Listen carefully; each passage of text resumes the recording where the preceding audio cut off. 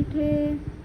अरे माई आई गईले धिया के सोहागवा, तो धियाले चौक बैठे।